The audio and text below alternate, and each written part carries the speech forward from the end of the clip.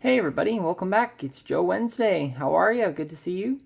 Um, I guess how are things? What's new? I'm doing all right. Um, so I guess to start off, I'm finding myself to be I'm finding myself getting frustrated really easily by really kind of not significant things. Um,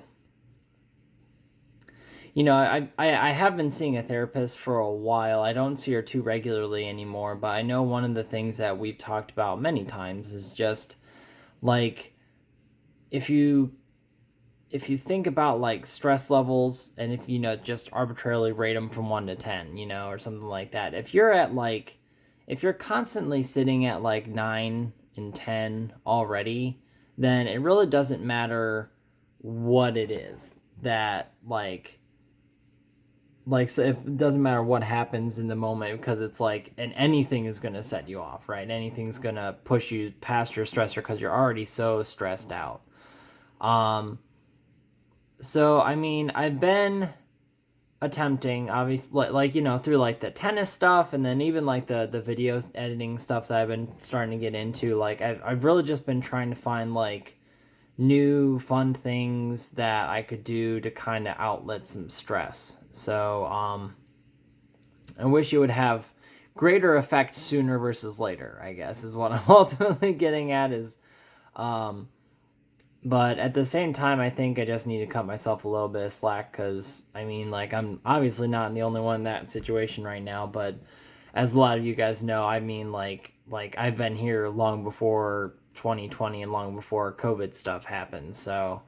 Um, so I'm still working at it. I think one of the things I was getting really stressed out about this week was when I was exercising. And I mean it wasn't any like big deal. I was just doing like this ab exercise video on YouTube that I was watching, and um, I was getting so frustrated that I've been exercising at least relatively regularly, and I'm doing this like beginner's video and I'm still like struggling to keep up with it, and it's like, gosh darn it, like shouldn't I be farther along than this? But I think for one, when you're just doing the random, there's not really like a meaning or purpose to the exercises that I've been doing other than just to be active, but there's not really there hasn't been like a goal in mind or anything like that. So I don't know, I might need to reach out to the family coach and and see if he's got some suggestions for coming up with like a workout schedule or something like that, just so it's a little more focused and there's a little more like progress to measure, because maybe if there was like an actual like end game involved, I'd be less primed to just be frustrated with how I'm feeling that day or something like that. So we'll see. But yeah, just need to find some more ways to outlet some stress constructively instead of self-destructively. So but we'll keep working at it. It's 2020, guys. You gotta just keep moving forward and trying to do the best we can with stuff. Speaking of tennis, though, I was recently talking with a buddy of mine about playing tennis in the evenings once our both our kids are in bed and all that kind of stuff. Um, and we were looking for courts that had lights to them because obviously it's getting darker earlier, so we're not gonna be able to play in any daylight anymore. Um, and in looking for a court, I found this park in West Carrollton. That's pretty much just around the corner in the opposite direction of the tennis court that I was previously going to. Um, but this court is like the best maintained court that I've seen in probably Ohio. So I mean it's at least like for semi-professionals. I don't know if that you'd see a league there anytime soon, but I know there's some sort of group that meets there and has the courts reserved until like 6 p.m. consistently. Like there's a sign on it. So um it was and I mean, I like the lights are on the court the pretty much until 11 o'clock. So I mean, like we can go there whenever we need to and that kind of stuff. But I mean, like like even like from a civil engineering perspective, looking at the court, it's like, wow, this thing is like raised up properly, and like it has like, you know, trees and like landscape covering around its perimeter, so like the residentials around them aren't going to be bothered by the lights being on, that kind of stuff. It was like this is a really nice court. So we ended up playing there last Sunday, which was nice, and then Monday we took Lydia there in the daytime because it was a pretty big park, and I didn't see any of it at nighttime, so I was kind of curious to see what it looked like in the daylight. So we took Lydia there after dinner, and she really enjoyed it. She enjoyed the swings. We got some good playtime in. I sent you guys the video of her chuckling. Whee!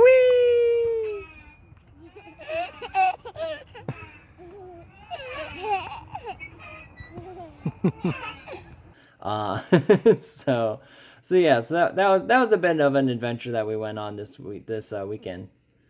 Let's see what other kind of stuff that I've been doing.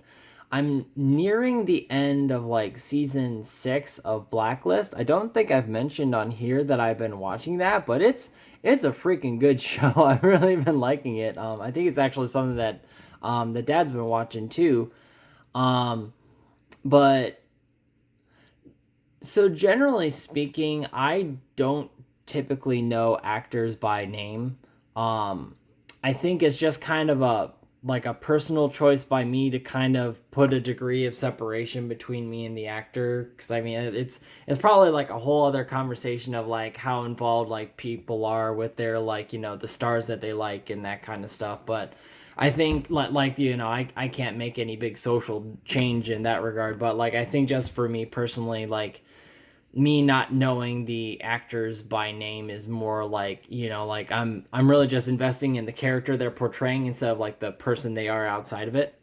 But anyway, I have very few exceptions to that role, and I think James Spader is kind of becoming one of those exceptions to me, because like I've seen him in so many roles that are unique, and like they just stand out in my mind, because like I mean, like he's played Robert California in The Office, and I've seen him there, and then I've watched Boston Legal and seen him as Alan Shore, and that was a very interesting character.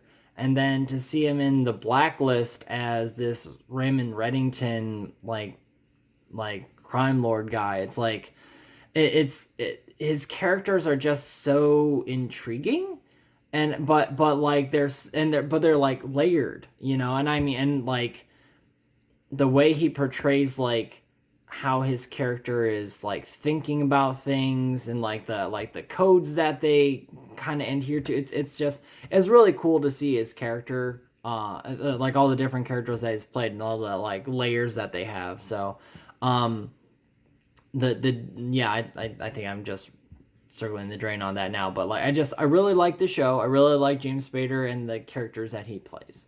So if you're interested, definitely check out Blacklist. It's a really fun show. For like, you know, if you're liking the crime drama genres of television shows, if you like that, definitely check Blacklist out. Let's see. Ashley had asked in one of my previous videos what my favorite horror game was, if whether it be played through or watched. And to kind of go back to what I mentioned about like horror videos, I don't typically look for like horror genre stuff. So I've only tried playing Amnesia once. Amnesia is a horror game, and that was only like very recently. A couple of work buddies were wanting to do a playthrough of it, so we've kind of been passing a save file from person to person, and one person plays while the other guys watch. But that was like the only time I've ever really like played like specifically a horror game. That being said, like Ashley and I have watched Markiplier on YouTube for a very long time, and one of the favorites that we revisit like every Halloween, we watch the Witch's House playthrough that he does, and it's a really it's a really good puzzle game for one. But then like the horror story that's written through the puzzles is just like it's very interesting. And so yeah, so I'll probably try to link the playthrough if you really want to check it out. I definitely give Markiplier some more watches, so I'll link his playlist down there. So yeah, that's my answer there. So but on the topic of games, I think Mitch already mentioned in one of his first videos on here about that like week of like speed runs, like it's like GTO or something like that. I might be messing up the title, but after they've done their like week long event, they actually put a lot of their playthroughs on YouTube. So and I've been watching a lot of like speed runs and that kind of stuff to just kind of see how it went, what kind of games they do. And I mean it's a lot of Nintendo stuff. It's a lot of Mario's, a lot of Metroid fast runs, speed runs, a lot of Castlevania speed runs that I've seen. There's a bunch more out there, but like those are the typical ones that are coming up on my feed. But one of the ones that kind of caught my interest was the randomizers that they do. And part of me is pretty positive that I would not actually be able to do one of them because, like, even if I took a game like Legend of Zelda: Link to the Past and I played through that, like, I'm pretty sure I know that game and like as far as like where all the items would be and that kind of stuff and what a randomizer does is it basically like takes all the items that you would get from like treasure chests and all that kind of stuff and just puts them out in the map randomly. So like you're not going to get the same items in the dungeons that you were before. You may not even be getting the like you could just be getting rubies or like arrows where it should have been like an item or something like that. And it's really cool to watch these players do it. The reason why I'm sliding. Don't do that. Okay, there we go.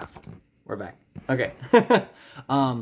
But like the reason why I don't think I'd be able to do that is mostly because like for some of the players to actually like get from one part of the map to the other without the item that's required, they have to like execute glitches in the game or like know specific paths to how to get around it and that kind of stuff. And I'm more than positive that once I ran into that kind of stuff, I would not be able to go any further.